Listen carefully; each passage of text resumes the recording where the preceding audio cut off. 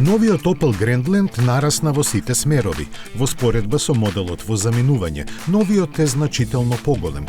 Сега каросеријата е долга 4,65 метри и поставена на меѓуоскино растојание од 2784 мм.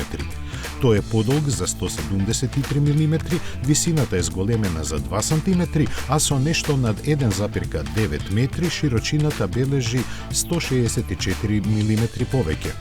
Како резултат на тоа, просторот за багажникот се зголемува за 36 литри, а патниците на задните седишта имаат зголемен простор.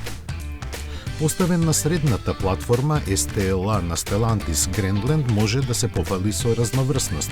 Пред се тоа се однесува на можноста да комбинира погонски склопови.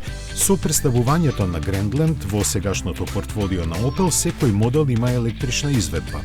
Во електричните верзии, Grandland нуди избор помеѓу батерии од 73 киловат-часови или 98 киловат-часови, постигнувајќи импресивна автономија до 700 километри.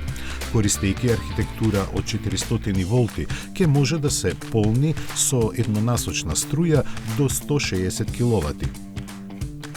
Иако не е потврдено, сосема известно Grandland да има покрај стартната верзија со погон на предните тркала и еден мотор и изведба со два мотори и пренос на силата на сите тркала.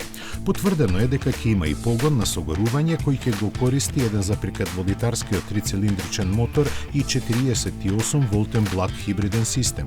Варијантата со приклучен хибрид ќе може да помине повеќе од 80 км на струја, а најавена е за следната година. Препознатливиот дизајнерски јазик на Opel кај новиот Grandland кулминира со новото осветлено лого, кој го краси предниот дел во стилот визор, заеднички со Intelli Lux Pixel Matrix HD осветлување. И внатрешноста е полна со надградби. Сега има 16-инчен инфозабавен екран, head-up дисплеј и пријатна атмосфера која ја креираат новите седишта.